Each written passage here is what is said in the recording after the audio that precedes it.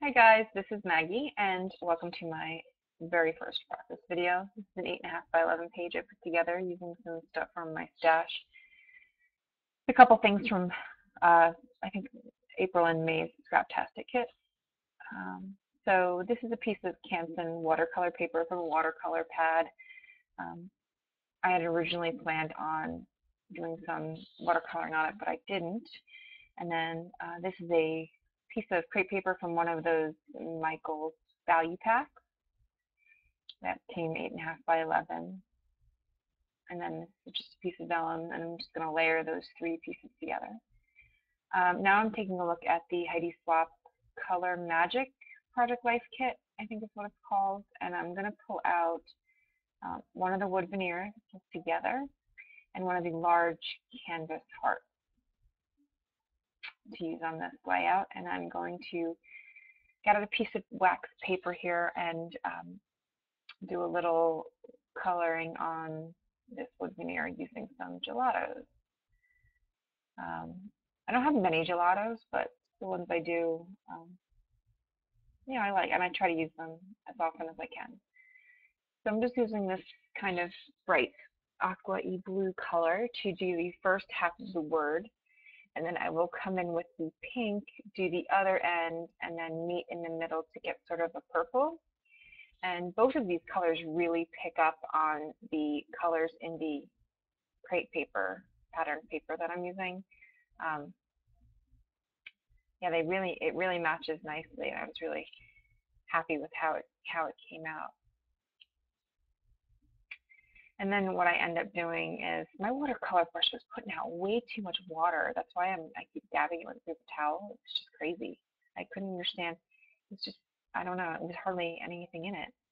Now I'm just taking a little bit of a gold paint from a gold paint pen and just putting a couple speckles of gold on it, setting that aside to dry. Now here I'm going to line up my papers. I'm just putting a little dab of adhesive in the center. I'm going to do this, but I'm going to do it underneath where the photo is going to go, and I'm going to take it over to my sewing machine and sew around the entire edge of it. Now I think I'm fussing with the bobbin. It should edit out here in a minute. There we go. Now it's all sewn, so I'm going to just take a piece of washi tape and tape up the threads in the back so they don't unravel. This is a piece of, I don't remember who makes this paper. It's Valentine paper. Actually, both of these are Valentine papers from the February Scraptastic kit, and I can't remember who makes them. But I'm going to end up actually triple matting this photo. First with black, then with that blue color, and then with the black and white polka dot. And I really like the way the mat turned out. The layout needed the black to kind of give it a little bit of like an anchoring almost. But I like the contrast between the black and the hard black and the soft flowers, soft floral. Now I'm just going to futz around with some embellishments. These are die cuts from, I think it's Pink Fresh Studio makes those. They came in the Scraptastic kit. Toyed around with the Heidi Swapp paper clips you saw there. Just toying around with these. These are really neat die cuts. They're all gold foil and they come in these really bright colors. And I'm kind of figuring out how I want this to all go down. I'm bringing a frame, don't like it. Then I decide I'm going to commit to it. But before I do that, I put a gold border around this canvas heart, just so it kind of brings in some gold to this little cluster I'm going to build. Oh, you can see, oh, it was that, it's, what's the name of that company? Cartabella birthday paper, I believe is what that black and white polka dot is. Cartabella. Yeah, I'm pretty sure it's either Cartabella or Fancy Pants, one of those two. I thought the back of that heart was adhesive, and I played with it for a minute and discovered it wasn't, so I had to tape it down with an ATG. And I'm just adding a piece of foam adhesive to the back of the spanner so that it rests nicely against the dimension of the heart.